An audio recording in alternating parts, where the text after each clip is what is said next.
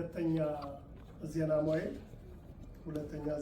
መጽሐፍ ቅዱስ መቼም ቤታችሁ ጋር ስለምታነቡ ብዬ ስለማስብ ምዕራፍ 29 ቁጥር 11 ያለውን ኃይለ ቃል መነሻ አድርገን ለተወሰነች ደቂቃ ለሁለት ጉዳይ ሲባል አንደኛ እናንተንም በዕለተ ሰንበት ይዣችሁ እንዳልቆይ፣ ሁለተኛ የኔም ጊዜ ደግሞ እንዳይቃጠል ሌላ ቦታም ስለሚሄድ የተሰጠኝም ደቂቃ አጭር ስለነበረ ስንነጋገር ከሚያስተባብረው አካል ጋር ሁለተኛ ዜና መዋዕል ምዕራፍ 29 ቁጥር 11 ላይ ያለው ቃል እግዚአብሔር መርጧችኋልና ቸል አትበሉ የሚል። እስቲ ንገሩኝ። ቁርስ ስላልበላችሁ በደንብ አይሰማም ታውቃላችሁ። ነው ደረሳችሁ ነው የመጣችሁት? እስቲ ንገሩኝ በደንብ። ይሄ ነው ትክክለኛው ድምፅ። እንግዲህ ይሄ የሚነግረን ስለምንድን ነው ካልን አጠቃላይ እግዚአብሔር በድንቅ አጠራሩ በሚያስደንቅ ጥበቡ ለአገልግሎት እንደጠራ ነው የሚነግረን እና ብዙ ጊዜ በምናገለግልበት አገልግሎት በማህበርም በሰንበት ትምህርት ቤት በጽዋ ማህበር በሰርክ ጉባኤ ስንጀምር የሚነበረው ያ ሞራል ያ ፍላጎት አይቀጥልም። ቸልተኛ እየሆን ግደለሾች እየሆን እንሄዳለን እና እግዚአብሔር ለምን እንደጠራን ራሱ ማወቅና መረዳት አለብን። የገድለ ሐዋርያት የሚባል የቤተክርስቲያናችን መጽሐፍ ስትመለከቱት እግዚአብሔር አምላካችን ቅዱሳን ሐዋርያትን ከተለያየ ግብር ጠራቸው ይላል። ከአሳጥማጅነት፣ ከግብር ሰብሳቢነት፣ ከቀራጭነት፣ ከአሳዳጅነት ከጠራቸው በኋላ ግን በሚያስደንቅ ጥበቡ ከጠራ በኋላ ለአገልግሎት ካዘጋጃቸው በኋላ ያለ መከራ ያለ ሰማዕትነት ያረፈ ሐዋርያ የለም። ቅዱስ ያዕቆብ እንኳን እግሩ እንደዚህ ያበጠ ነይ የሚባል በሽታ የነበረበት እንኳን ሳይቀር በበሽታ እየተሰቃየ ለአገልግሎት ተዘጋጅቶ ነበር። ምክንያቱም በቸልተኝነት ጊዜውን ማሳለፍ አልፈለገም እና አገልግሎታችን በእግዚአብሔር ጥሪ ነው የተጀመረው። ይሄን ታውቃላችሁ። አዎ ሰዎች ገፍተው አምጥተውን ወይም በሰዎች ስሜት የመጣን አይደለም። ጠሪው እግዚአብሔር ነው። ደግሞ ሊባርከንና ሊቀድሰን ዛሬ ቅዳሴ ማርያም ስታስቀድሱ ሰምታችሁ ከሆነ ይሄንን ቅዳሴ የሚቀድስ ካህን ማርያምን የቀደሰ እንዳይመስለው እሱ ይቀደሳል እንጂ ነው የሚል አይደለ? ስለዚህ በዚህም አገልግሎት ውስጥ ስንሳተፍ እኛ የምንባረክበት ነው እና አገልግሎታችን በሰውና በእግዚአብሔር መካከል ያለ በረከት የሚያሰጥ ዋጋ የሚያሰጥ አገልግሎት ነው። እኛ ብዙ አልታደልንም። እውነት ለመነጋገር አገልግሎታችን ብዙ ጊዜ ሰው ሲደምቅ ወይ ታይታዎች ያሉበት እንደዚያ ካልሆነ በስተቀር አሁን እንደዚህ ትንሽ ሆኖ ስበክ መባልም በዚህ ዘመን ፈተና ሆኗል አይደል? በጣም ፈተና ሆኗል። ግን የቅዱሳን ሐዋርያትን ተጋድሎና ታሪክ ስትመለከቱ ሁለትም ሶስትም ሁናችሁ በምትሰባሰቡበት መካከል በእናንተ መካከል እገኛለሁ ይላል አይደል? ወንጌሉ እሱን ይላል አይልም? ይላል። ምን እንደሆነ ትርጓሜው ታውቃላችሁ? በሚገርም ሁኔታ ነው የተረጎሙት። ሁለትም ሶስትም ማለት ይላል በደቀ መዝሙሩና በመምህሩ ሁለት አይደል? በመምህሩ በደቀ መዝሙሩና በአትሮንሱ ሶስት እንዲህ እያለ ይተረጎማል። እና እኛ ብዙ ጊዜ አገልግሎታችን በጣም ሰፋ ያለና ሰዎች የሚናገሩበት እንጂ በስልት አቅደን የምንሰራው አይደለንም። ከዚህ አንጻር እኔ ትንሽ ነገር እምላችሁ ጠንክራችሁ እንድታገለግሉ ጊዜና ወቅት እንዳይገድባችሁ እስካላችሁ ድረስ በዚህ ምድር እስካላችሁ ድረስ በስራም ተቀጠሩ ትዳርም ያዙ ምንም በሉ አገልግሎት ጊዜ የሚገድበው ስላልሆነ ማለት ነው። ጊዜ የሚገድበው ስላልሆነ አገልግሎታችን ቸልተኛ እንዳልሆነ። ምክንያቱም ምን አለ እግዚአብሔር መርጧችኋልና ቸል አትበሉ። ለምን ተመረጥን ካላችሁ ደግሞ በረከትን ልትወርሱ ለዚህ ተጠርታችኋል ይላል ቅዱስ ጴጥሮስ። ምን ልትወርሱ? በረከትን ልትወርሱ ለዚህ ተጠርታችኋል። እና የብዙዎቻችን ጉዞ ስታዩት ነበርኩ ማለት ነው እንጂ ሁለን እስከ መጨረሻው የመቀጠል እንትናችን ያን ያህል እውነት ለመነጋገር ማለት ነው፣ በግልጽ ለመነጋገር። ከዚህ አንጻር አገልግሎት በተለይ መንፈሳዊ አገልግሎት የሚሰጡ ሰዎች ዋጋቸው ምንድን ነው? ዋጋቸው ምንድን ነው የሚለውን ካስባችሁ ዋጋችን ምድራዊ አይደለም፣ ዋጋችን ሰማያዊ ነው። መለኪያም አለው። በነገራችን ላይ መንፈሳዊ አገልግሎት የሚለካበት መለኪያ አለው። ምንድን ነው መለኪያው ካልን ምድራዊና ሰማያዊ ዋጋ ያሰጣል የሚለው መጽሐፋችን። ለምሳሌ መንፈሳዊ አገልግሎት ዋጋው ምንድን ነው ስንል በረከትን ያሰጣል። በአገልግሎት ያላችሁ ሰዎች የምታገኙትን ራሳችሁ ታውቁታላችሁ ብዬ አስባለሁ። ምናልባት እየሮጥን ስጋችን ሊደክም ይችል ይሆናል በትክክል ካገለገልን ማለት ነው። በትክክል ካገለገልን እዚህ አዲስ አበባ እንኳን እውነት ለመነጋገር አብዛኛው አገልግሎት ወደ ስራ እየተቀየረ ስለመጣ አይደል ዲያቆናት ወደ ስራ እየተቀየረ ስብከትም በተራ ነው፣ ቅዳሴም ያው በተራ ነው፣ ኪዳንም በተራ ነው። ስለዚህ ኦልሞስት ወደ ምን መጥቷል ማለት ነው? ወደ ስራ እየተቀየረ ነው። ግን አገልግሎቱ ሰማያዊ በረከት እንደሚያሰጥ ካሰብን ቸልተኛ ሳትሆን ማገልገል። አሁን እኮ ጥሪ ሲተላለፍ መቼም ይሄ ብቻ ሰው ይገኛል ተብሎ አልታሰብም። ብዙ እቅድ ተይዞ ሊሆን ይችላል። ይህን ደግሞ የሚያስተባብረው አካልም ደግሞ የእቅድ ክንውን ሊያደርገው ይችላል። ይህን ያልሰርቻለሁ ከሆነ ትርፍ የለውም። እንደዚህ ምንድነው እንደ ዓለም አቀፍ የሰበካ መንፈሳዊ ጉባኤ ሪፖርት ይሆናል ማለት ነው። ታውቃላችሁ፣ ያ ሪፖርት ይሄን ያህል ተጠምቋል፣ ይሄን ያህል ተጠምቋል ክሮስ ቼክ ስታደርግ ባዶ የሌለ እንዳይሆን የሚጠቅም አገልግሎት እንድናደርገው በሰው ስራ እግዚአብሔር ካልተጨመረበት በስተቀር የእኛ ድካም ብዙ ዋጋ ሊያሰጥ ስለማይችል እሱን በደንብ ማሰብ ብቻውን ጥሩ ነው ለማለት ነው። የመንፈሳዊ አገልግሎት መገለጫዎች አሉት ወገኖች። አሁን ብዙዎቻችን አገልጋዮች ነው የምንባለው። በሰርክ ጉባኤም በሰንበት ትምህርት ቤትም በቅዳሴም ከጳጳሳቱ ጀምሮ ከቅዱስ ፓትርያርኩ ጀምሮ ያለ ነው አገልጋዮች ነው። ግን መገለጫው ምንድን ነው? አሁን እዚህ ያለ ነው የምናገለግለው። አሁን ስታዩ ስንዴው ከእንክርዳዱ ጋር ተቀላቅሎ ነው ያለ አገልግሎታችን። እንደዚያ እንደውም አሁን አገልግሎታችን ብዙ የሚመራው በማህበራዊ ሚዲያ እና በዩቲዩብ ነው አይደል? እንደዚያ ነው። መንፈሳዊ አገልግሎታችን መገለጫዎች አሉት፣ ቸልተኛ እንዳንሆን ማለት ነው። አንደኛው መገለጫ ምንድን ነው ካለ ፍቃደኝነት። ምንድን ነው? ፈቃደኝነት። በነገራችን ላይ ፈቃደኛ ያልሆነ ሰው ቢያገለግልም ዋጋ ያሰጥም ቢገለገልም ተጠቃሚ ነው። ከእግዚአብሔር ዘንድ ዋጋ ያገኝበታለሁ ብሎ በራሱ ፍቃድ ሰው ሳያስገድደው በድንቅ አጠራሩ በሚያስደንቅ ጥበቡ የጠራው እግዚአብሔርን አስቦ ካላገለገለ በስተቀር ተገዶ የሚሰራ ሰው ምንጊዜም ዋጋ አያመጣም። ለዚህ በገድለ ሐዋርያት ታሪክ ብቻ ሳይሆን በዚህ በትርጓሜያችን አንድ የሚያስደንቅ ታሪክ ያለው አለ። ይሁዳን ታውቁታላችሁ? አታውቁትም? በታሪክ አልተማራችሁትም? ይሁዳ አለቀ። እንዲህ ከሆነ እስከ 8 ሰዓት ነው የምቆየው ቁሜ ማለት ነው። ይሁዳ ማለት ምን ማለት ነው? ምን ማለት ነው? ይሁዳ ማለት ታማኝ የቅርብ ወዳጅ ማለት ነው አይደል? ግን ሌባ ሆኖ ነው የተገኛል። አርዮስ ማለትም ፀሐይ ነው፣ ግን ጨልሞበታል። እና ክርስቶስ ኢየሱስ ቅዱሳን ሐዋርያትን ለተለያየ ተልእኮ ይጠራቸዋል። በደብረ ታቦር ብርሃነ መለኮቱን ክብረ መንግስቱን ሲገልጽ፣ በደብረ ዘይት ደግሞ ስለ ነገረ ምጽአቱ ማቴዎስ 24 ስትማሩ ንግረነ ማይዜ ይከውን ዝንቱ፣ ጌታ ወይ መቼ ይሆናል የመምጣት ያለም መጨረሻው ምልክቱ ንገረን እያሉት ያስከትላቸው ነበርና ሁለቱም ሶስትም እያደረገ ከዚያ አንድ ጊዜ ግን ቅዱሳን ሐዋርያትን ሰበሰበና ድንጋይ አምጡ አላቸው። ምንድን ነው አምጡ ያላቸው? ድንጋይ። እና ሁሉም ያቅማቅሙን ይዞ መጣ። ይሁዳ ግን ይዟት የመጣው ይችን ታያለች። እና ማይመር አባት እግዚአብሔር ምን አለ? በሉ ያዛችሁት ድንጋይ ዳቦ ይሆንላችሁ አላቸው። ድንጋይ ወደ ምን ተቀየረ?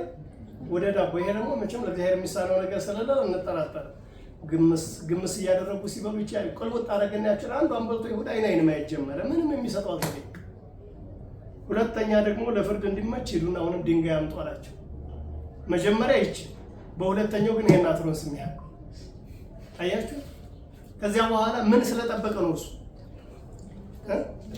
ዳቦ ስለጠበቀ እና በሉ ይዛችሁ መጣችሁ፣ በሉ ያዛችሁ ድንጋይ ጣሉት አላቸው። የመጀመሪያው ምንድን ነው የሆነው? ድንጋዩ ወደ ዳቦ ነው። ሁለተኛው ግን ምን ሆነ? ድንጋይ ነው መልሶ ጣሉት አላቸው። ወደቀ። እዚያ ርዘም ብሎ የሌሎቹ ያቅማቸውን ይዘው ስለነበረ ሲወድቅ የይሁዳ እዚያ ወደቀ። እና አባቶቻችን ሲተረጉሙ ምን ብለውታል? እርግማንም ነበረበት፣ እድሜህ እንዲህ ይጠር እንዲህ ይርዘም፣ እድሜያችሁ እንዲህ ይጠር እንዲህ ይርዘም። ከዚያ አባቱም ጦር ሜዳ ገብቶ እናቱ እንዳልሆነች አድርጎ ሞተ ማለት ነው፣ ጠፋ። እና ይህ ሁሉ ከምን አንጻር ነው ብላችሁ ካሰባችሁ ፈቃደኝነት ከሌለ አገልግሎቱ በቸልተኝነት ከሆነ ፍሬ አናፈራም ነው ባጭሩ። ስለዚህ አስገድዶ የጠራው ማንም የለም። አንድ ነገር ማሰብ መቻል ያለበት ምናልባት በቅዳሴ በኪዳን የሚያገለግለው ደሞዙ ሊያዝ ስለሚችል እሱ የራሱ ስራ እንደ ስራ ተቆጥሮ ያልኳቸው እሱ። ከዚያ ውጭ ግን ያለው እኛ የምንሰበሰበው በሰንበት ትምህርት ቤትም በሌላ ማህበራትም ተደራጅቶ የሚሰራው ግን የፈቃደኝነት አገልግሎት፣ ይሄን በጣም ልትናፍቁት ይገባል። እውነት ለመነጋገር ቸልተኛ ሳትሆኑ ማለት ነው። በቤተክርስቲያን አገልግሎት እሱ ነው። በዚህ በማር ይስሐቅ ላይም የሚያስገርም ታሪክ አለ። በደንብ እንድታዩት የፈቃደኝነትን ጥሪ በተመለከተ ነው። 2 አሁ መነኮሳት በገዳም ይኖራሉ ይላል። 2 እና ከነሱ መካከል ቅድስናቸው እየበዛ እየመጣ ሲመጣ ሰይጣን ቀናባቸው ይላል። ሰይጣን የዓመት ዕረፍት ይወጣል አይወጣም? አደገኛ ጥያቄ ነው። ይወጣል አይወጣም? አይወጣም። ይሄን እርግጠኛ ሆናችሁ መልሱ። ሰይጣን ደከመኝ ብሎ ዕረፍት የሚወጣበት ጊዜ ነው። እና አንዱን ውጣ ነው ይላል። ከህብረቱ ማለት ነው፣ ከገዳም። አሁን በዚህ በየከተማው የሚዞረው አብዛኛው ቢጫ ለብሶ በግድና መስቀል ተሳለ እና ስዕል አግድሞ ከዛ ምናምን የሚለው እኮ ከገዳም መጽናት በሩ ወጣ። በቃ አልቻለም። በገዳም ተጋድሎ እየጸለየ እየጾመ መኖር ስላልቻለ ወደዚህ መጣ ማለት ነው። እንደዚህ አስወጣውና ሲወጣ ለመውጣት ምክንያት ፈለገ። ፀሐይ በየት ነው የምትወጣ ብዬ ለምን ወንድሜን አልጠይቀውም ማለት በየት ነው የምትወጣው በሳይንሱ እኛ ስንማር ዜርስታችሁ እናንተ በጣም አልፈራችሁ። አንዳንድ ቦታ ይሄን ሳነሳ ብዥታ ይፈጠርበታል ሰው ማለት ነው። በምስራቅ ወጣ በምዕራብ ትገባለች አለው። አይ አልመለስክልኝም። ስለዚህ ካልተማረ ሰው ጋር በዚህ ገዳም አልኖርም ማለት አላማው ምን ስለነበር መውጣት ስለነበር እና ሲወጣ ቆይ እንነጋገር ብሎ እግሩን ይዞ ለመነው ይላል። በእርግጫ መጠንቀቅ በጣም መቻል ያለብን ቤተክርስቲያንና አገልግሎቱን በእርግጫ እንዳንመጣ። ትዳር ስንዝ፣ ስራ ስንዝ፣ ነገሮች ሲመቻቹ የመጣንበትን መስመር እነዚህ ፒያሳ ጊዮርጊስ አንድ አባት አይቻለሁ። በጣም ያረጁ ግን ሁሌም እየዘመሩ እንዳያቸዋል። ፎቶግራፋቸውን ነው የሚልኩልኝ። እኔ እደነቃለሁ። ሰው እስከዚያ ደረሰ ምን እንዳለ ተጎንብሰው እኮ ነው የሚሄዱት። በጣም ያጎነበሱ ናቸው። ግን ምንድነው ይሄ የክብር አልባሳቱን ለብሰው ሲዘምሩ አይቻልም። ይሄን አገልግሎት ተናፍቀዋለሁ እና በርግጫ ብሎ ሲሄድ እንዲህ ብሎ ሽፍቶች ከርቀታዩት ይላል። ሽፍቶች ከርቀታዩትና ጠብቀን እንፈልጋለን አሉት። ማሪሳቅን አሉት። እዚያ ላይ ተጽፏል። መጨረሻ ላይ እሱ ሽፍቶች ናቸው ብሎ መሮጥ ጀመረ። ሽፍቶቹ ተከተሉት፣ ደረሱበት። ለምን ኃይለ እግዚአብሔር አብሮት እንዳይኖር ይላል። አባቶችን አሽቀንጥሮ ጥሏቸው ወጥቷል። ከዚያ ሲደርሱበት በላይ ያስከውን መዝገብ እንትን አምጣሉት። መዝገብ ማለት አኮፌዳ ይችላል ተስማ ለማርያም ስለመብራን ሲል ኮቸሮ እንጀራም ጥሬ ምን የሚሰጥበት ነው። እና እሱ ጠገራ ብር መስሏቸዋል እነሱ ይላል። በላምጣ ያስከውን ጠገራ ብር ሲያዩት ግን ብሩ የለም። ምንድነው ያለው? ኮቸሮ። ኮቸሮ ደግሞ አመጋገቡ ጥንቃቄ ይፈልጋል። ያው እንደምታውቁ በስነ ስርዓት ተሰርታ ነው እንጂ ይሄን ቀዶ ሊጥል ይችላል። ይሄን ጠገራ ብርኛ መስሎን ነው እንጂ ለደረቅ ኮቸሮ ነው ያራወጥከን። በልንግዳስ የለበስከውን ልብስ አውልቃሉት ይላል። አሁንኛ ያለው ሰው የሚያወልቅ ዝም ብሎ ነው አይደል? ሳያስገድደው። እሱ ግን ተገዶ ነው አወለቀና በኑግ ገለባ ለብልበው ገደሉት ይላል። ይሄ ምንድነው? ተጠርቶበት ከነበረው አገልግሎት በራሱ ፍቃድ ስለወጣ ማንም አላስገደደው። ስለዚህ አገልግሎታችን መገለጫው ምንድነው ካልነ ሁልጊዜም ፍቃደኝነት ይፈልጋል። እውነት ለመነጋገር ፍቃደኝነት፣ እሱን በደንብ ማሰብ በጣም ጥሩ ነው የሚሆነው። ሁለተኛው ዓላማ። አሁን የአገልግሎት መገለጫው ቸልተኛ ካልሆነ አንድ ሰው ዓላማ ይኖረዋል። ለምንድን ነው እናንተ የተሰበሰባችሁት? ጠዋት ራሱ ለምንድን ነው የምትመጡት? ከ11 ሰዓት 10 ሰዓት መቼም ተነስታችሁ በዕለተ ሰንበት ተኝታችሁ ስለማታረፍዱ፣ በሰንበት መቼም በሽተኛ ካልሆነ ጤነኛ ሰው ተኝቶ ያረፍዱ። ሌሊትስ እግዚአብሔርን ለማመስገን ተፈጠረ መንፈስ ተኛ ሲል እምቢ በለው መዝሙረ ዳዊትን ጨምረ ስትጸልይ ይደር ነው የሚለው ቅዱስ ይስሐቅ ሶርያዊ። ስለዚህ እኔ ወገኖች በደንብ ማሰብ መቻል ያለባችሁ ዓላማችን ምንድን ነው? አሁን ራሱ እንደ የኢትዮጵያ ኦርቶዶክስ ተዋሕዶ ቤተክርስቲያን የህልውና ጉዳይ አሳስቦን እንገለገላለን።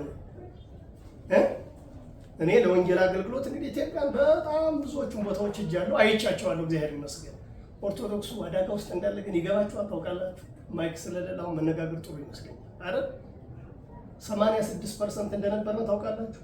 መጀመሪያ 96%፣ ከዚያ 86፣ ከዚያ 64፣ ከዚያ 54፣ አሁን 43 ሲደርስ ነው ቤተክርስቲያን ነው ይሄ ቁጥር ችን ተደርጊያለሁ ያለችው። እዚያም ሆኖ ደግሞ አሁን ሳይወጣላችሁ አይደለ? ኦሮሚያ ቤተ ክህነት፣ ትግራይ ቤተ ክህነት፣ አማራ ቤተ ክህነት ምናምን አሁን በቃ ቁርጥርጭ ይወጣል። አሁን የቤተክርስቲያኒቱ ህልውና ያለ ይመስላችኋል? በተለይ አዲስ አበባ ጥሩ ነው ወጣ ብትሉ። እኔ አሁን ወደ ወሳና ከወሳና ከተማ አንድ 5 ደቂቃ ምናምን ወጣ ብትሉ እኮ ቤተክርስቲያን ተዘግታለች። እኛ ደግሞ ኦርቶዶክሳውያን ስለሆነ አገልጋዮች ቸልቶ አሁን የዚህ ኪዳነ ምሕረት ጉዳይ ብቻ እኮ አይደለም የሚያሳስበን። ታውቃላችሁ አይደል? ክርስቲያን ከሆነ ወነአምን በአሐቲ ቅድስት ቤተክርስቲያን ተላይ ለኩሉ ጉባኤ ዘሐዋርያት ነው ያለው ሰለስቱ ምዕት። በአንዲት ቅድስት ቤተክርስቲያን ምን እንላለን? እናምናለን። ካመን ደግሞ ዓላማ ይኖረናል። ዓላማችን ምንድነው? አሁን በእድሜ ገፋ ያላችሁ ትዳር የያዛችሁ ከሆነ ልጆችን አስተምሬ እግዚአብሔር ቢፈቅድ እግዚአብሔር ቢረዳኝ ዲያቆን አድርጌ የምትዘጋውን ቤተክርስቲያን አስከፍታታለሁ።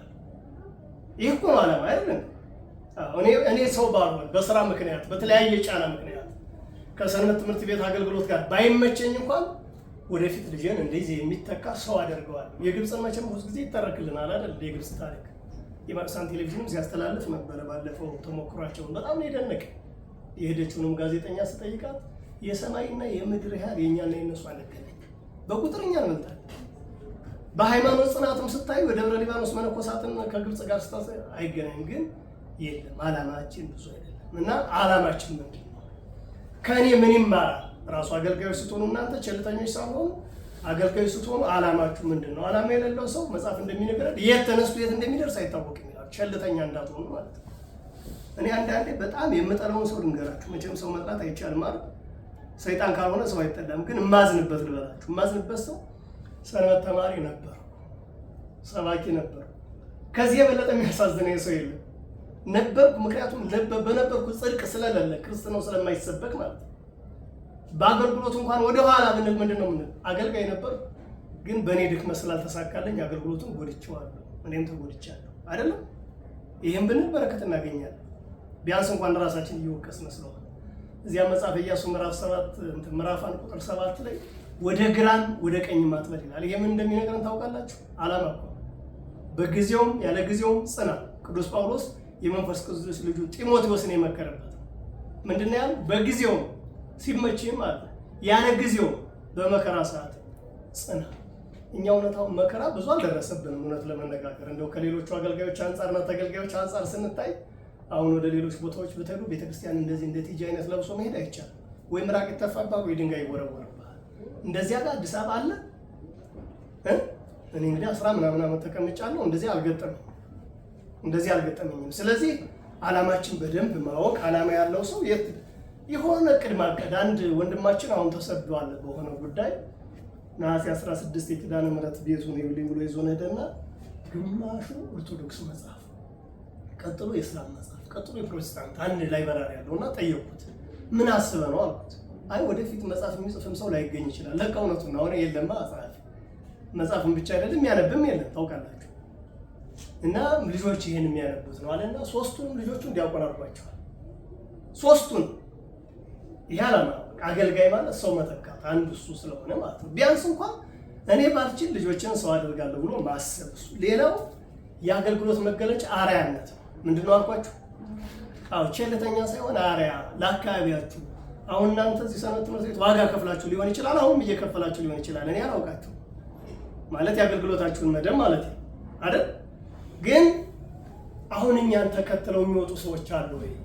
አርአያ እንሆናቸዋለን። ቅዱስ ጳውሎስ የመንፈስ ቅዱስ ልጁ ጢሞቴዎስን በንጽህና ባነጋገርህ ባለባበስ ለሚያምኑት ምሳሌ ሆን እንጂ ማንም ታናሽነትን አይናቀው ይለዋል አይደል? እየመከረው እኮ በወንጌልም አንድ ሰው ከምታሰናክል የምጅ ድንጋይ ተንጠልጥሎ ከጠለቀ ባህር ብትገባ ይሻላል ይላል። ይሄ ትርጓሜ ያሸዋል መሰለኝ። የምጅ ድንጋይ ማለት ጽኑ ቅኖና ማለት ነው እንጂ የሚፈጭበት አይደለም። የምጅ ድንጋይ ማለት ጽኑ ቅኖና ነውና እኛ አርአያ ነን ወይ? ቸልተኛ አይደለንም ወይ? ሌሊት ተነስተን ለቅዳሴ ስንመጣ፣ ማታ ለሰርክ ጉባኤ፣ እንደው ቤተክርስቲያን እኮ ስንቆይ አገልጋዮችም ተገልጋዮችም አንዳንዴ ምን ታውቃላችሁ ማማተውን ሁሉም ተውና ግድለሾች እንሆናለን። በጣም ይገርመኛል። ወንጌል እየተሰበከ ደግሞ ወንጌሉን እንለምደውና ዝም ብለን ብቻ እንደሚዝናና ሰው ገባ ብለን ስንወጣ እንታያለን። እና በዚህ እንዲህ አይነት በሽታ ይዞን ከሆነ በእውነት መመለስና ራሳችን ማየት አለን። ማየት አቡነ ጎርጎርዮስ ዘዋይ እያስተማሩ ዩኒቨርሲቲ ተማሪዎችን ሐምሌ 19 ቀጠሮ አላቸው። ታኅሳስ 19 ይገናኛሉ እና ሐምሌ 19 ላይ እንደዚህ ዩኒቨርሲቲ ተማሪዎች ያኔ ትንሽ ናቸው። እግዚአብሔር የለም የተባለበት ዘመን ስለነበረ ያኔ 1979 80ዎቹ እንደምታውቁት ደርግ ማተብ እያስፈጠሰ፣ እኛ እንኳን ተማሪ ቤት ነበር ነው ቆሎ ተማሪ ቤት ነበርና ማተብ እያስፈጠሰ አይ በዚያ ዘመን ነበርክ እንደ እንዳትሉ እኔ በጣም እድሜ ትልቅ ነው አይደል? አዎ ትልቅ ነው። እንደዚህ እንደ አዲስ አበባ ወጣቶች አይደለም። እና ያኔ ተማሪ ቤት ማተብ ያስፈጥሳል። ክርስትና ማስነሳትም አይቻልም። ፈታኝ ጊዜ ነበር በነገራችን። እና አቡነ ጎርጎርዮስ አስተምረው ክረምት ልጆቹን ሰብስበው አንተ ምንድነው የሰራህ አምሽት ምናምን እያሉ በተለይ ወንዶች ነበሩ የሚበዙት። እኔ ምንም አልሰራውም አላቸው። እና ምን እንዳሉ ታውቃላችሁ? አንተ ዓላማ የሌለ ዘረ ቆርጥም። እሺ ዘረ ቆርጥ ማለት ምን ሊመስላችሁ? እዚህ አዲስ አበባ ከተወለዳችሁ ላታውቁ ትችላላችሁ። ዘረ ቆርጥ ማለት ዘር ተዘርቶበት ዘሩን መተካት የማይችል መሬት ማለት። አሁን እኔ እናንተን ማስበው እንደዚያ ከሆናችሁ ቆም ብሎ ማሰብ ያስፈልጋል። ዘር ተዘርቶባችኋል። ቤተክርስቲያን ወንድሞች እህቶች፣ ያንን ዘር ተክተናል አፍርተናል። እና ያ ልጅ ምን አላቸው? ብፁዕ አቡነ ጎርጎርዮስን እኔ ዘረ ቆርጥም አይደለሁም አላቸው። ታዲያ ምን ሰራህ አንተ? እኔ መስበክ አልችልም፣ መዘመር ግን አልችልም አባታችን። ጠዋትና ማታ ግን ነጠላ ለብሼ ቤተክርስቲያን ስለምሄድ እኔን እየተከተሉ ወደ 200 የሚሆኑ አካባቢ ወጣቶች ግን ቤተክርስቲያን ይሄዳሉ። በሉ አጨብጭቡለት አሉ ይላል። ለምን? በህይወቱ አርአያና ምሳሌ ሆኖ ስለሰበከ አይደል? ብፁዕ ቅዱስ አቡነ ጳውሎስን በረከታቸው ይድረሰን። ሊያርፉ አካባቢ አንድ ብሂል አላቸው። ቤተክርስቲያናችን አንደበተ ርቱዕ የሆኑ ሰባኪያን አላጣችም ማለት። ይሄ የሚጮህ እኮ አልጠፋም ማለት ኪዳነ ምሕረትም ኢየሱስም አቡነ ገብረ በየቤተክርስቲያኑ በጣም ማሰባኪያን አሉ። ግን በህይወታችን አርአያና ምሳሌ ሆነን ሰውን አመተነዋል ወይ? ስንቆም እኮ ጥሎን የሚሄድ ሰው ታውቃላችሁ። ለምን ጥሎ እንደሚሄድ ታውቃላችሁ? እኛ አርአያና ምሳሌ አልሆንም። አገልግሎታችን ምሳሌ ሊሆን አልቻለም። ቤተክርስቲያናችን አንደበተ ርቱዕ የሆኑ የሚጮሁ ሰባኪያን አላጣችም። አሁን ይሄ የሚሰበሰበው እናንተም ራሳችሁ ቆም ብላችሁ ማሰብ መቻል ያለባችሁ በህይወታችን መስበክ ብቻ ስላልሆነ እንደው የሚሰብክና የሚዘምር ሰው መከራ አለበት ታውቃላችሁ። እንዳገኘው መናገር አይችል፣ እንዳገኘው መመገብ አይችል፣ ጥንቃቄ ይፈልጋል። ንግግሩ ሁሉ የተቆጠበ በተለይ አገልጋይ ስትሆን፣ በክህነትም አገልጋይ ስትሆን፣ በቤተክርስቲያን አገልጋይ ሰንበት ተማሪም ብትሆን እንደፈለግ ልትሆን አችል እና ምን አሉ? አንደበተ ርቱዕ የተቸገርነው ምንድነው አሉ? አርአያና ምሳሌ። አሁን አርአያና ምሳሌ ሁናችሁ እናንተ እኔ አላውቅም፣ ራሳችሁን እዩ። ዛሬ እንደውም የሶስቱ አገልጋዮች ህይወት የሚተረክበት ነው አይደለ? የሶስቱ አገልጋዮች ህይወት እኛ ከየትኞቹ ተመድበን ነው አርአያ ምን ሆነው ወይስ የተሰጠንን መክሊት ቀብረን ነው? የማቴዎስ ወንጌል ምዕራፍ 25 ደግሞ ዛሬ ስለተሰበካችሁ ወደዚያም እንዳልገባ ግን ምን ይፈልጋል አልኳችሁ? አርአያ ነው። በእውነት አርአያ በሚሆናችሁ ሰው ቅኑ፣ አርአያ በሚሆናችሁ ሰው እሱን በደንብ ልታሳቡበት ልታዩት ይገባል። እና መጽሐፍ ምንድነው የሚለው? አንድ ጥቅስ ስላነብላችሁ ቅዱስ ጳውሎስ እዚህ ሁለተኛ ጢሞቴዎስ ላይ ምዕራፍ 4 ቁጥር 5 ላይ ወንድሞቼ ሆይ ይላል፣ እያዘነ ነው የሚለምነው ሰውነታችሁ እግዚአብሔርን ደስ የሚያሰኝ ሕያውና ቅዱስ። ቅዱስ ማለት የተለየ የተመረጠ የተከበረ ማለት ነው አይደል? ቀደሰ ማኅደሮ ልዑል ይላል ዳዊት እመቤታችን ሲያመሰግን። ቅዱስ መስዋዕት አድርጋችሁ ታቀርቡ ዘንድ በእግዚአብሔር ራእይ እለምናችኋለሁ፣ እርሱም የሚመች አገልግሎታችሁ ነው። አገልጋይ ስትሆን በነገራችን ላይ በጣም ይመች። እውነት ለመነጋገር በተለይ በትዳር ያላችሁ ከሆነ ወንድ ሲያገለግል ሚስቱ የቤት ስራውን እየሰራች እየተመቸች፣ እሷ ስታገለግል ደግሞ ቤት እሱ እያገለገለ እንደዚያ ነው። ባልና ሚስት መጥተዋል ተጠርተው ወንድማችን ነው አሉ። በጣም ጥሩ። እግዚአብሔር በሚያውቀው ከእንደዚህ አይነት በላይ እኔ የሚያስቀና ነገር የለም። እንደዚህ አይነት እኔ በአጋጣሚ ያው እኔም ዘዋሪ ስለሆንኩኝ ባለቤቴ ደግሞ ልጅ ታሳድጋለች። ግን አንድ አገልግሎት ማለት እኔ እንደዚያ ነው ማለት እንደዚያ ነው ማለት። ስለዚህ አገልግሎታችሁ ምን ይላል? የሚመች አይምሯችሁ ለአይምሯችሁ የሚመች። አሁን ሰው እኮ ረፍታቷል ታውቃላችሁ። እኛ በአጋጣሚ ብዙ ቦታ ላይ ስለምንጮህ ስንቀመጥ ሰው ይመጣና ይነግረናል። ባለፈው ቦንጋ ሂጄ የነገረችኝ አንዲት ልንገራችሁ። ከባለቤቴ ጋር መቀጠል አልቻልኩም፣ ስለዚህ እባካችሁ በቅዱስ ሚካኤል አለያዩኝ አለች። እንዴ ብሲ ወብሲ ተሐዱ አካል ሞቱ፣ ባልና ሚስት አንድ አካል ናቸው እያለ መጽሐፍ እንዴት እንድትል ቻለች ብዬ አሞኝ ማለት ነው። ምን ሆነሽ ነው ስላት፣ ልክ እኔ ተኝቼ እስከ 8 ሰዓት እሱ ቁጭ ብሎ ምን የሚያይ ይመስላችሁ ቲክቶክ ያላለች በሽታ ማለት ነው። እውነት ለመናገር እሷ መተኛ ትፈልጋለች፣ እሱ ግን ቁጭ ብሏል። ከዚህ ጋር በመክረው ሊመለስ አልቻለም። ስለዚህ ከዚህ ጋር እንዲለያይ በኋላ እሱን ማስተማር ሌላ የቤት ስራ ሆነ። በእውነት ከ50 ደቂቃ አገልግሎት በኋላ ደግሞ ለእሱ ደግሞ 50 ደቂቃ። እንደዚህ ግን ሁለታቸውም ስትመጡ አገልግሎቱ ይመቻል ማለት አያውቅም። ከዚያስ በሆነ ጉዳይ እንኳን ሚስት ባትመጣ ቸልተኛ ሆና ደግሞ እሱንም እንዳታስቀረው አንተ ሂድና አገልግል፣ እኔ ግን እዚህ ደግሞ ቤቱና ልጆቹን ላገልግል። ይሄም ትልቅ ሰማዕትነት አይደለም? ትዳር እኮ ትልቅ ነገር። ትዳር ስላልተማረ አይደል እንዴ ትዳሩ መከራ ውስጥ የገባው? በቀደም አንድ ወንድም እየነገረኝ ነበር ፍርድ ቤት ላይ አብዛኛው ፍች የኦርቶዶክሳውያን ይሄን ታውቃላችሁ። አብዛኛው ይሄ ደግሞ እኛ ለማስተማራችን አለማገልገላችን በሰንበት ትምህርት ቤትም በሰርክ ጉባኤም በአውደ ምሕረትም ምክንያቱም ይሄ ማህበራዊ ጉዳይ ላይ ብዙ አንሰብክም ታውቃላችሁ። የዕለት ወንጌል ይሰበካል፣ እሱንም ለህዝቡ ተደራሽ ሆነናል አልሆነም ሌላ ጥያቄ። ወጣቱን የሚረዳው ነው የማይረዳው ነው ከወጣቱ የምንሰብከው እሱ ራሱ ጥናት የሚፈልግ የማይገናኝ ስለሆነ ማለት ነው። በዚህ ምክንያት ችግሮች እየቀጠሉ ነው ያሉት። ስለዚህ አርአያ የሚሆን ህይወት ሊኖረን ይገባል። እንደዚህ ላይ ነው እኔ በጣም እንድትበረቱ መመክራችሁ። በእውነት ምሳሌ አካባቢያችሁ ያለ ህብረተሰብ አብራችሁ ከግቢ ያለው እናንተን ከሰደበ እግዚአብሔር ምስክሬ ነው ክርስቶስ ነው ይሰደባል። ይሄን ታውቃላችሁ። አይ ምን እሱ ነጠላ ለብሶ መሄድ መምጣት ምን ትርጉም አለው ካለ በጣም አዳጋ። እኛ እየተገፋንም ቢሆን ህይወት ክርስትናውን ግን ማስቀጠላለን። ደግሞ ሰዎችን ቁጭ ብለው ሲያማክሯችሁ ወደ ሰንበት ትምህርት ቤት ወደ ቤተክርስቲያን መግፋት። ታዲያ አንተ ለምን እንዲህ አታደርግም ቢልህ እንኳን አይ እኔ ስላልቻልኩ በነገሮች መደራረብ እንደዚህ እንጂ ትጠቀማላችሁ። አንዳንዱ በጣም የሚገርመው ነገር ሰንበት ትምህርት ቤት አድርጎ በሰንበት ትምህርት ቤት ተድሮ ጋብቻውን ፈጽሞ ተክሊል አድርጎ ሰንበት ትምህርት ቤቱን ያማል መልሶ ማለት ነው። ቤተክርስቲያን ያማል። እንደዚህ አይነት ሰው ገጥሟቸው ያውቁ? ያማል። አይ ድሮ ነበር እንጂ አሁንማ እንደዚህ አቆ ድሮም አሁን ዘመኑ ራሱ ድሮ አይደለም እኮ ተቀየረ፣ በጣም ተቀየረ። ስለዚህ ቸልተኛ እንዳትሆኑ። የሚል ነው። ሌላው የሚከሰቱ ፈተናዎችን ለመቋቋም ራስን ማዘጋጀት የአገልግሎት መገለጫው አንዱ እሱ ነው። በነገራችን ላይ በቤተክርስቲያን እስከኖራችሁ ድረስ ፈተና አለ። እንበለ መከራ እየተረከብ ጸጋ እግዚአብሔር ነው። ያለ መከራ እግዚአብሔር ጸጋ የለውም። በነገራችን እንደውም ከተፈተናችሁ ጥሩ ህይወት ውስጥ አላችሁ ማለት ነው። ትንሽ ፈተና ካለ አገልግሎታችሁ ተቀባይነት አግኝቷል ማለት ነው። ለዚህ አይደል ቅዱስ ያዕቆብ 1:12 በፈተና የሚጸና እሱ የተባረከ ነው አለና ማንም ግን ሲፈተን እግዚአብሔር ፈተነኝ አይበል። በራሱ ፍቃድ ሲሳብና ሲታለል ምን ይላል? ይፈተናል። እና እኛ አሁን አንዳንዴ ተፈትነን የመጀመሪያው የሚፈትነን ሊቀ ጉባኤ አበራ በቀለ የሚባሉ በጣም ትልቅ አባት ነበሩ እና ምን እንደሚሉ ታውቃላችሁ? ይህችን ጥቅስ እንኳን ይዛችሁ አትሄዱ ውስጥ ሌላውን ያሸነፈ ጎበዝ ነው አሉ። ራሱን ያሸነፈ ግን የጎበዝ ጎበዝ ነው። አይገርማችሁም? ይህ እኮ እንደ ስንክሳር እኮ የሚጻፍ ጥቅስ እኮ ነው። ምክንያቱም ሌላውን ማሸነፍ ቀላል ነው አሉ። ራሱን ማሸነፍ ግን በጣም ከባድ ነው። ራሱን ያሸነፈ ደግሞ የጎበዝ ጎበዝ ነው። ስለዚህ የሚከሰቱ ፈተናዎች ይኖራሉ።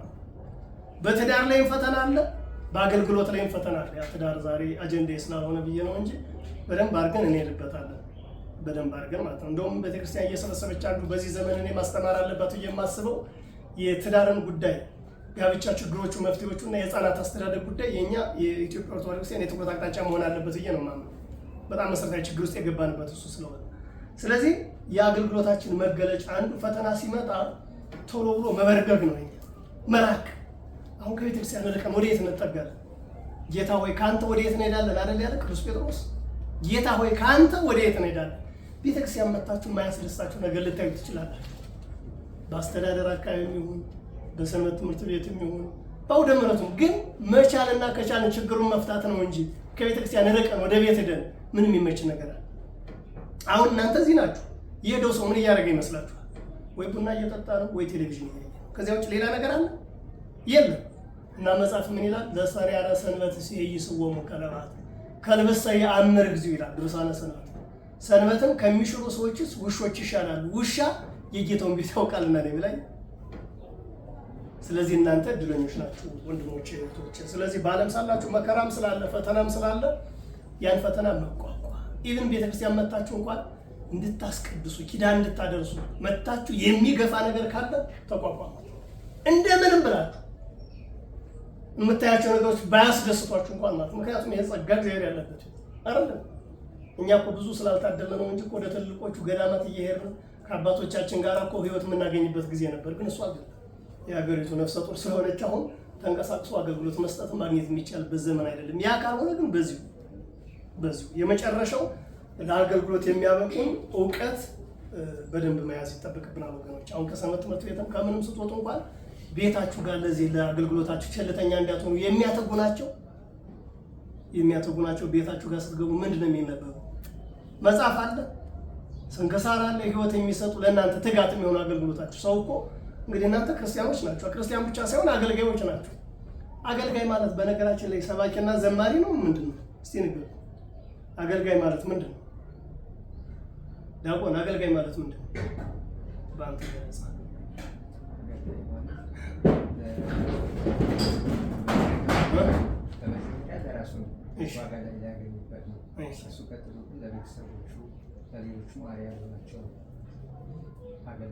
ቃላት ያሰማል። አግኝቶኛል። አሁን እኛ አገልጋይ የሚለውን የእኛ ብዙ ጊዜ ማለት ነው ኦርቶዶክሱ የሚገልጸው ወይ ሰባኪውን ነው ወይ ቀዳሹ እዩ ወይ ዘማሪው። ዘማሪም ስብከትም አሁን ግን ለስንቱ እንጀራዎች ለስንቱ መጠጥ ነው የሚል ማን ነው የሚዘምረው? ዘማሪ ታውቁታላችሁ? ማን ኬዲ እንደዚህ ሆኗል ብዬ ነው የማስበው።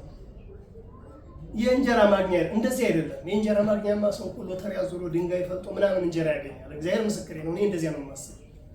አገልግሎቱ በረከት ሰማይ በረከት እናገኝበታለን ብሎ ማገልገል ማለት በነገራችን ላይ የኪዳነ ምሕረትን ግቢ ራሱ የሚጠርግ ሰው ካለ እኔ እዚያ ማርያም ስለማይ ማለት ማርያም ጠዋት መጥተው አንዳንድ እህቶች ወደ ስራ ከመግባታቸው በፊት ሲጠርጉ ምናምን ታያላችሁ። ከሚቀድሱት የተናነሰ ነው። እኔ እኩል ነው በእኔ ዘንድ ማለት እኩል አገልግሎት። ኪዳነ ምሕረትን መጥቶ በተሰጠን ጸጋ መንፈስ ቅዱስ አንድ ነው፣ ጸጋው ግን የተለያየ ነው። በተሰጠን ጸጋ ማገልገል እኔ እንዳንቀብረው ግን አደራላችሁ ፈልጋለሁ ወንድሞች። እድሜያችሁ እየገፋ ነው የሚሄደው። እኔ አሁን እድሜ እየገፋ ሲሄድ ቆም ብዬ አስባለሁ። ብፁዕ አቡነ ኒቆዲሞስ የሚባሉ ወላይታ ሊቀ ጳጳስ ነበሩ እና አንድ ጊዜ ምን አሉ? ቤተክርስቲያን አስተምራናለች፣ ጡቷን አጥብታናለች፣ እዚህ ደረጃ አደረሳናለች። እኔ ግን ውለቷን አልከፈልኩም አሉ። በጣም እየሮጡ ያሉ ሊቀ ጳጳስ ናቸው። አሁን እናንተ እዚህ እንግዲህ እድሜ እየገፋ ነው፣ ልጅ መውለድ ይመጣል፣ ትዳር ይመጣል፣ ወልዳችሁም ሊሆን ይችላል። ግን ቆም ብላችሁ እስቲ አንድ 5 ደቂቃ ራሳችሁን ገምግሙትና ለውጥ አምጥቼ ይሆን ለቤተክርስቲያን ምን ነገር አዳርጌላታል ወይስ ቸልተኛ ሆኜ እንደው እድሜን በከንቱ እየጨረስኩት ነው ብላችሁ አስቡ። እኔ አሁን ስብከት ለእናንተ መስበክም እንደው ዝም ብሎ መድከም ነው የሚሆነው። ምክንያቱም የዚያ ችግር የለባችሁ። ያስቸገረን ልቅ የመስራት ጉዳይ ሊሆን ይችላል፣ እኔንም እናንተንም ማለት ነው። እኔ በነገራችን ላይ ስራ ለቅቄ ከ11 ዓመት በፊት ትይጂ ታውቃለች። መደበኛ ስራዬን ትቼ አገልጋይ ሙሉ 11 ዓመት አካባቢ መንግስት ስራ ሰራው። እዚያ በኋላ ግን ደግሞ ተላላኪ አገልጋይ ነኝ እና በዚህ ፈጣሪን በጣም አመሰግናለሁ። በጣም ደግሞ እጅግ የምትመች ባለቤትም ስላለች ልጆችን እሷ ታሳድጋለች፣ እኔ እሮጣለሁ። የት ገባ የት ወጣ የለም። በቃ ይሄ ነፍሴን ያደርገዋል ታውቃላችሁ። በቃ እንደዚህ እየሮጥኩ ደግሞ እድሜ ቢያልፍ በጣም ነው የምደሰተው ሳላገለግል። ይሄ ሆኖ ደግሞ እንዳላረከውት እግዚአብሔርን አምናለሁ። እግዚአብሔር ምስክር እንደው ለከንቱ ውዳሴ ነው። ገና ብዙ የቤት ስራ አለ። ይችን ልንገራችሁና ለጨርስ፣ ምክንያቱም ችግር ነው። ግልገል በለስ ነው። ግልገል በለስ ማለት ግድቡ የሚገደብበት እና ራቁታቸውን የሚሄዱ ሰዎች ታያላችሁ፣ ልብስ ገና ያለበሱ ማለት ነው። በዚህ በስብከተ ወንጌል ማስፋፊያ ባለማያቁሳን የሚያሰራው እንትን አለ። በዚያ ፕሮጀክት ልክ ሄድኩኝና የዛሬ 9 ዓመት አካባቢ ነው። እኛ ስነድ ሰዎቹ የሚገርም እኮ ነው። ካሴት ከፍቶ የቅዳሴ ካሴት በካሴቱ ያስቀድሳሉ። ቀዳሽ ግን የለም፣ የሚቀድስ ዲያቆንም ቄስም የለም። እነሱ ግን ነጠላ ለብሰው ያስቀድሳሉ። አሁን እኛ ምን ሆነ ያናደርጋለን ወይ ታደርጋላችሁ? አሁን እዚህ አቡነ ማነው ኪዳነ ምሕረት እንደው አያድርስብን፣ ግን ቤተ መቅደሷ ተዘግቶ አገልጋይ ካህን ጠፍቶ ዲያቆን ጠፍቶ ዝም ብሎ አንዱ ብቻ የቅዳሴ ካሴት ከፍቶ የቅዳሴ እናስቀድስ ነው ብሎ በቅዳሴ አሁን እንደሚዘምረው ቢሆን ነጠላ ለብሶ በእምነት የሚያስቀድሰው ይኖራል ብላችሁ ታስባላችሁ? እኔ አላደርገውም። እግዚአብሔር ምስክር ነው። እንዴት እነዚያ ግን ዕጣን የሚያጥን የለ፣ ስጋው ደግሞ ተፈትቶ የሚሰጣቸው የለ፣ በእምነት ግን ያስቀድሳሉ። እና እኔ የመጀመሪያ ጊዜ በታሪክ ያለቀስኩበት ቀን እሱ የኢትዮጵያ ክርስቲያን እዚህ ደርሳለች ብዬ ማለት ነው።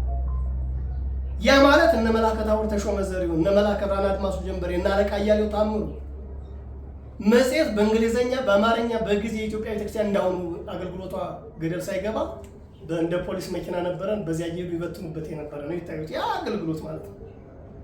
እና ቆም ብላችሁ ካሰባችሁት ማለት ነው የምናልፍበት የፈተና ውጣ ውረድ ገና ብዙ፣ የቤት ስራችን በጣም ብዙ። የኪዳነ ምሕረትን አገልግሎት በዚህ ጎረቤታችሁ ያለውን አይታችሁ ቤተክርስቲያኒቱ ጥሩ ደረጃ ላይ ያለች ብላችሁ ካሰባችሁ ሌላ አገልጋይ አለ አይደል? እንደዚያ የምትሉት ሌላ ገና ግን ያልከፈትን ያልዘጋ ነው ቀዳዳ በጣም ሰፊ ወንድሞች እና እህቶች። ስለዚህ ተግታችሁ ማገልገል፣ ስታገለግሉ ደግሞ ፈተኖች ሊኖሩ እንደሚችሉ አስባችሁ መበርታት ይኖርባችኋል ለማለት ነው። እነዚህን 4 ጉዳዮች ልንገራችሁና ልጨርስ። እኔ እንደው በአገልግሎት እንድትተጉ በርቱ ለማለት ወንድማዊ ምክር ነው እንጂ ስብከት እንደማይሆን ነግሬያችኋለሁ። መንፈሳዊ አገልግሎታችን የሚያዳክሙ ነገሮች አሉ። እንደው ዝለት አጋጥሟችሁ ከሆነ አይደል? አጋጥሟችሁ ከሆነ ለምሳሌ አሁን አንድ ሰው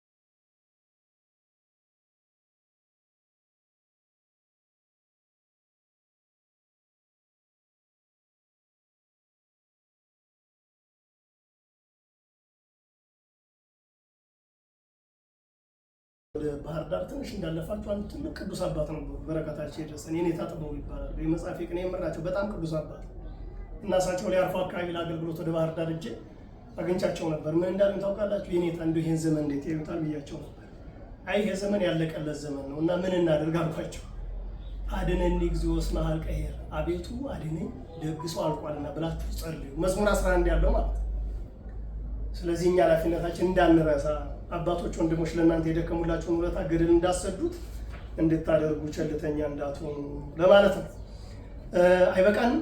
ይበቃናል። ደግሞ አንድ ቀን አብዝቼባችሁ እንዳትቸገሩ። ሌላ ጊዜ ደግሞ እግዚአብሔር ቢፈቅድ እግዚአብሔር ቢረዳን በትዳሩ ዙሪያ ውይይት ካለ እኔ አማካሪ ነኝ።